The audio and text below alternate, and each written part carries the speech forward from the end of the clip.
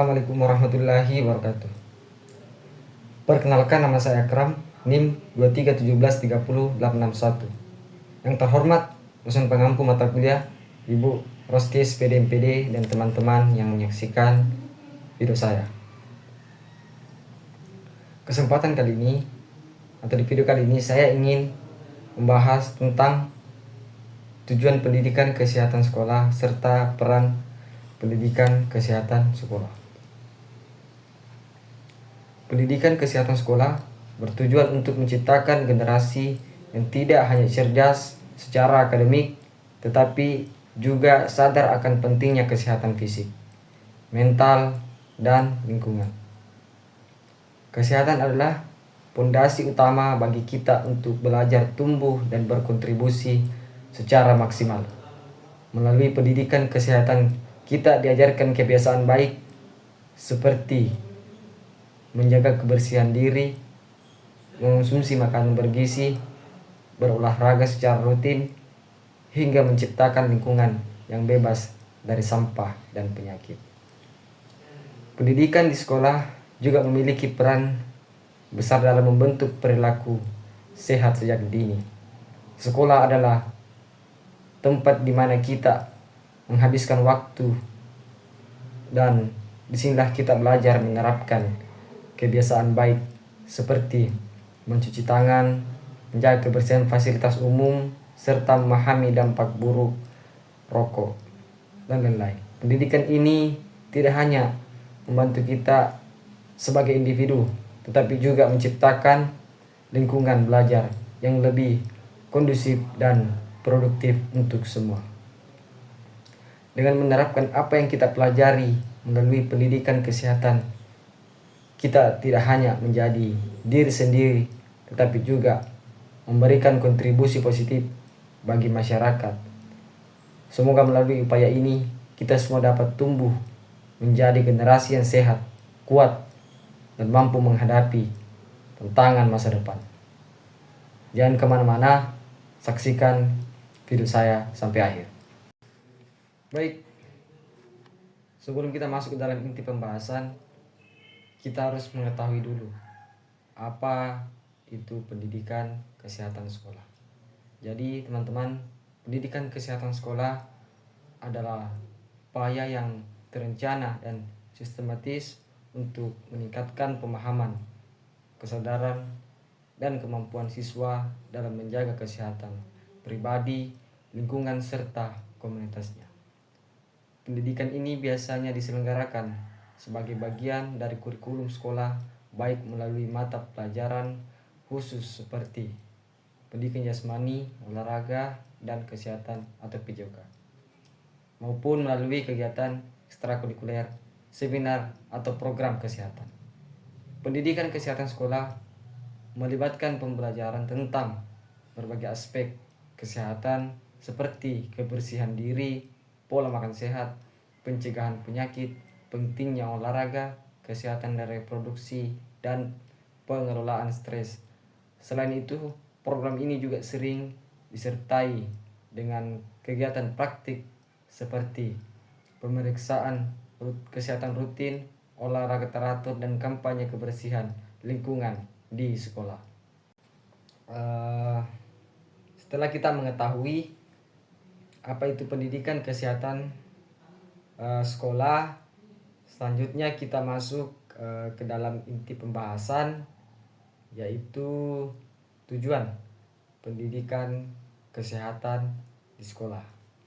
Jadi teman-teman, pendidikan kesehatan di sekolah itu bertujuan untuk membentuk siswa yang sadar akan pentingnya kesehatan secara menyeluruh. Di sini ada beberapa penjelasan yang saya jelaskan mengenai tujuan pendidikan kesehatan di sekolah. Yang pertama itu meningkatkan pengetahuan kesehatan sekolah, memberikan akses informasi yang kredibel mengenai kesehatan fisik, mental, dan sosial. Topik seperti pola makan bergizi, pentingnya olahraga, hingga pencegahan penyakit menular seperti COVID-19 menjadi bagian dari kurikulum. Yang kedua itu mengembangkan kebiasaan sehat. Kebiasaan sehat bukan hanya diajarkan tetapi juga dilatih di lingkungan sekolah. Misalnya itu kebersihan pribadi seperti cuci tangan dengan benar dan menjaga kebersihan tubuh, serta melakukan olahraga teratur, berpartisipasi dalam kegiatan fisik yang menyenangkan seperti melakukan senam atau permainan olahraga. Yang ketiga itu meningkatkan kesadaran akan kesehatan mental. Pendidikan kesehatan juga menyoroti pentingnya kesehatan mental. Siswa diajarkan untuk mengenali tanda-tanda stres, berbicara tentang perasaan mereka, dan meminta bantuan jika diperlukan.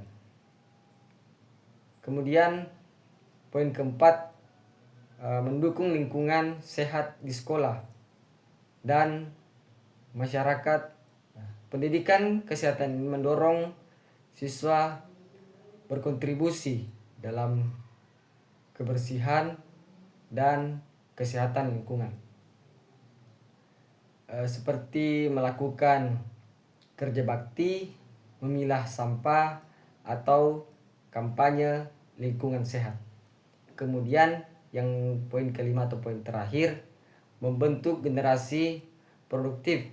Siswa yang sehat memiliki potensi yang lebih besar untuk berpartisipasi di bidang akademik maupun non-akademik.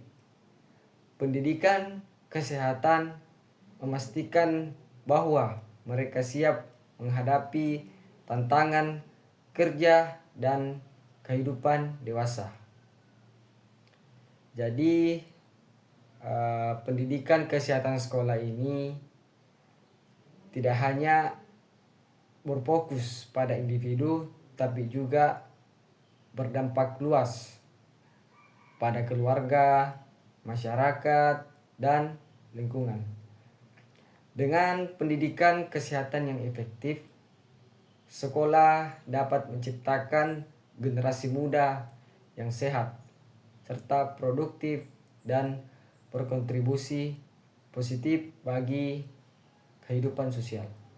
Tujuan ini agar tercapai melalui integrasi pengetahuan kesehatan ke dalam kurikulum kebijakan sekolah yang mendukung gaya hidup sehat dan kerjasama antar guru, siswa, orang tua, serta masyarakat. Kemudian kita masuk di inti pembahasan kedua, yaitu peran pendidikan kesehatan sekolah. Jadi peran pendidikan kesehatan sekolah sangat penting untuk menciptakan generasi muda yang sehat, produktif, dan memiliki kesadaran akan pentingnya kesehatan. Selain tujuan yang telah dijelaskan, pendidikan kesehatan sekolah juga memiliki peran strategis dalam membentuk masyarakat yang lebih sehat. Di sini juga ada beberapa penjelasan mengenai peran pendidikan kesehatan sekolah. Yang pertama itu sebagai wadah edukasi yang berkelanjutan, dan di mana sekolah menjadi tempat pembelajaran jangka panjang untuk kesehatan. Materi kesehatan yang diajarkan sejak usia dini membentuk kebiasaan positif yang melekat hingga dewasa. Yang kedua itu meningkatkan akses informasi kesehatan pendidikan. Kesehatan ini memastikan bahwa semua siswa tanpa memandang latar belakang sosial ekonomi memiliki akses yang sama terhadap informasi penting.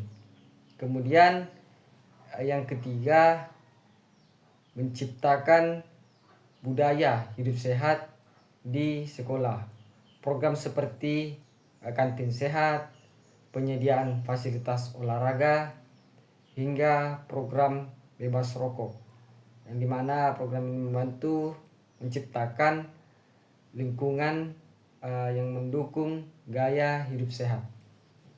Yang keempat itu menghubungkan sekolah dengan layanan kesehatan.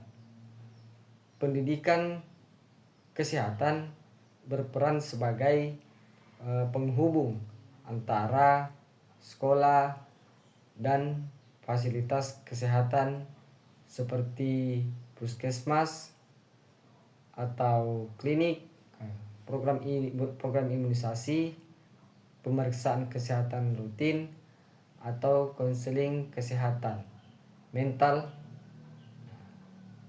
Contohnya itu nyata dari kolaborasi ini. Yang kelima itu mempersiapkan siswa untuk menjadi agen perubahan. Siswa yang teredukasi dalam kesehatan dapat menjadi agen perubahan di lingkungan mereka. Mereka dapat menyebarkan pengetahuan kepada keluarga dan masyarakat, membantu menciptakan komunitas yang lebih sehat. Jadi pendidikan kesehatan sekolah ini memiliki peran yang sangat luas, mulai dari memberikan edukasi hingga membentuk perilaku hidup yang berkelanjutan. Selain itu, pendidikan kesehatan juga membantu menciptakan lingkungan sekolah yang mendukung kesehatan fisik dan mental siswa, di mana meningkatkan kesadaran sosial, mencegah perilaku beresiko, serta mendukung kebersihan akademik dengan melibatkan siswa, guru, orang tua, dan masyarakat. Pendidikan kesehatan sekolah ini menjadi fondasi penting bagi terciptanya generasi muda yang sehat, produktif, dan peduli terhadap kesehatan masyarakat. Apa saja sih yang harus kita lakukan agar lingkungan sekolah menjadi sehat? Yang pertama itu yang akan kita lakukan, cuci tangan. Karena cuci tangan merupakan langkah sederhana namun sangat penting untuk mencegah penyebaran kuman dan bakteri penyebab penyakit. Tangan seringkali menjadi media penyebaran kuman karena tangan ini bersentuhan langsung dengan benda-benda maupun itu makanan atau bagian tubuh lain. Jadi kebiasaan mencuci tangan dengan sabun dan air mengalir dapat mencegah berbagai penyakit seperti diare, flu, infeksi saluran pernapasan, bahkan COVID-19. Proses mencuci tangan yang benar meliputi yang pertama itu membasahi tangan dengan air bersih yang mengalir. Kemudian yang kedua itu menggunakan sabun dan menggosok seluruh bagian tangan termasuk punggung tangan, sela-sela jari, dan di bawah kuku selama minimal itu 20 detik. Yang ketiga itu membilas hingga bersih dan mengeringkan tangan menggunakan tisu atau handuk bersih. Jadi harus menggunakan tisu dan handuk bersih. Kebiasaan ini sebaiknya dilakukan sebelum makan, setelah menggunakan toilet, setelah batuk atau bersin, serta setelah bermain atau memegang benda kotor. Yang kedua itu yang paling penting ini adalah jauhi rokok. Karena kenapa? Merokok adalah kebiasaan yang merugikan kesehatan, baik bagi perokok aktif maupun pasif. Rokok sangat mengandung lebih dari 4.000 zat kimia berbahaya yang dapat merusak organ tubuh seperti nikotin, karbon monoksida, dan bahan-bahan karnisogenik. Bahaya rokok tidak hanya dirasakan oleh perokok aktif, tetapi juga oleh orang-orang yang di sekitarnya yang menghirup asap rokok atau perokok pasif. Di lingkungan sekolah ini sangat dilarang. Karena kenapa? Adalah langkah penting untuk melindungi siswa dari dampak buruk rokok seperti gangguan pernapasan, penurunan konsentrasi belajar, serta risiko kecanduan. Selain itu, larangan merokok menciptakan lingkungan yang lebih bersih dan sehat. Melalui edukasi, siswa diajarkan untuk memahami dampak buruk merokok sehingga mereka dapat menjauhi kebiasaan ini sejak dini. Kemudian yang ketiga, buang air di jamban yang sehat. Penggunaan jamban yang sehat dan bersih adalah bagian dari kebiasaan hidup sehat. Jamban yang kotor atau tidak terawat dapat menjadi sumber berbagai penyakit seperti diare, cacingan, tifus, dan infeksi saluran pencernaan.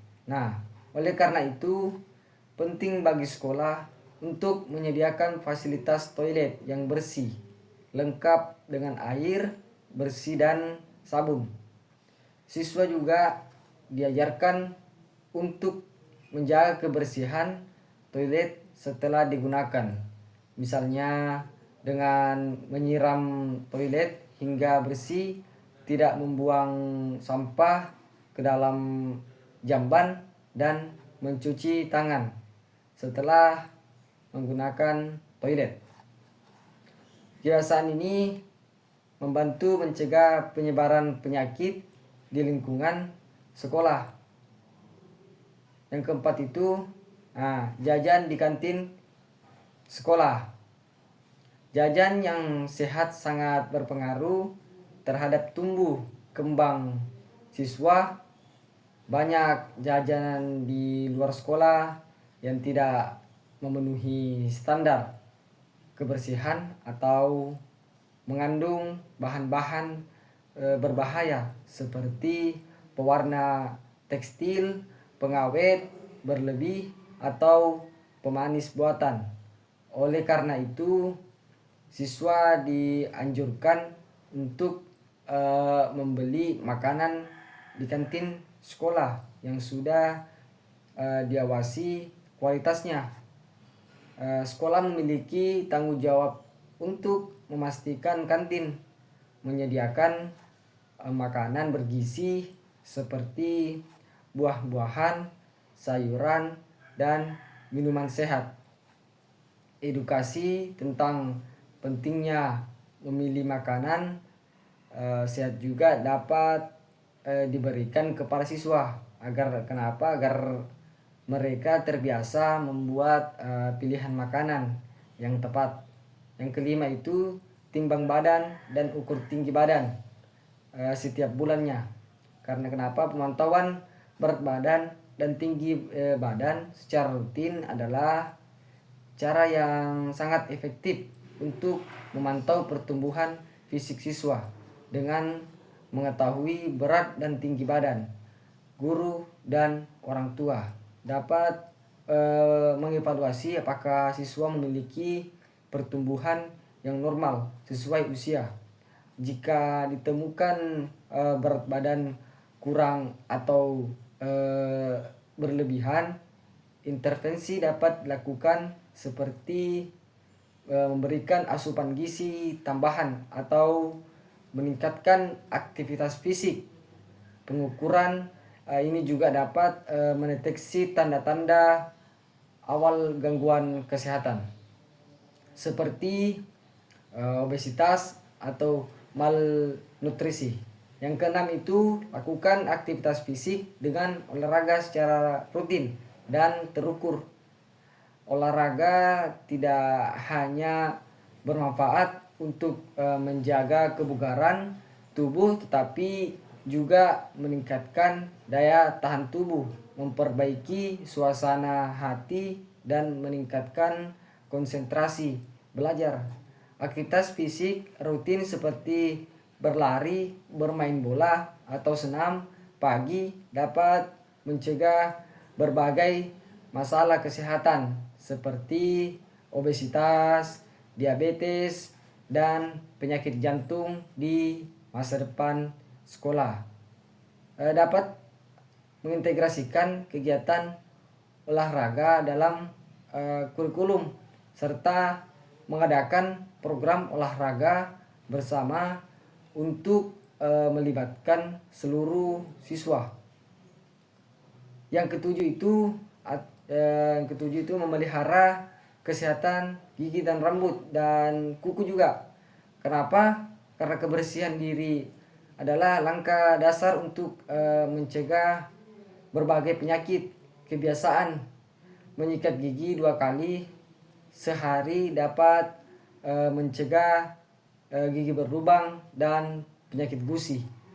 Rambut yang bersih dan kuku yang pendek juga mengurangi risiko infeksi kulit dan penumpukan kotoran yang dapat menjadi sarang kuman. Sekolah dapat mengadakan pemeriksaan kesehatan rutin seperti pemeriksaan gigi oleh petugas kesehatan untuk memastikan siswa memiliki kebersihan pribadi yang baik. Kemudian di sini juga ada beberapa program kesehatan sekolah. Yang pertama itu program sarapan sehat di beberapa sekolah, di mana siswa diajarkan pentingnya sarapan melalui program sarapan bersama. Ini membantu mereka memahami manfaat energi yang cukup untuk belajar. Yang kedua itu gerakan sekolah bebas sampah. Dengan program ini siswa belajar tentang pengelolaan sampah yang baik seperti mendaur ulang dan mengurangi penggunaan plastik sekali pakai. Yang ketiga itu pekan olahraga sekolah. Program ini mengajarkan pentingnya olahraga melalui kompetisi dan aktivitas fisik yang menyenangkan. Yang keempat, program pertolongan pertama seperti pelatihan dasar P3K untuk guru dan siswa, penyediaan kotak P3K di setiap kelas atau ruangan guru, simulasi evakuasi bencana untuk mengantisipasi situasi darurat. Jadi sebagai kesimpulannya, pendidikan kesehatan sekolah memiliki tujuan yang sangat luas, dari meningkatkan pengetahuan hingga menciptakan generasi yang produktif. Perannya pun begitu penting baik dalam menciptakan budaya hidup sehat maupun menjembatani akses kesehatan untuk siswa dengan dukungan dari semua pihak, mulai dari guru, siswa, hingga orang tua. Pendidikan kesehatan dapat menjadi alat yang kuat untuk menciptakan masa depan yang lebih kuat dan sehat. Jadi Itu saja yang bisa saya jelaskan di video kali ini mengenai tujuan pendidikan kesehatan sekolah dan peran pendidikan kesehatan sekolah. Mohon maaf apabila ada kesalahan kata dalam video ini. Mohon maaf sebesar-besarnya kepada teman-teman yang menyaksikan video saya. Sekian dari saya. Wassalamualaikum warahmatullahi wabarakatuh.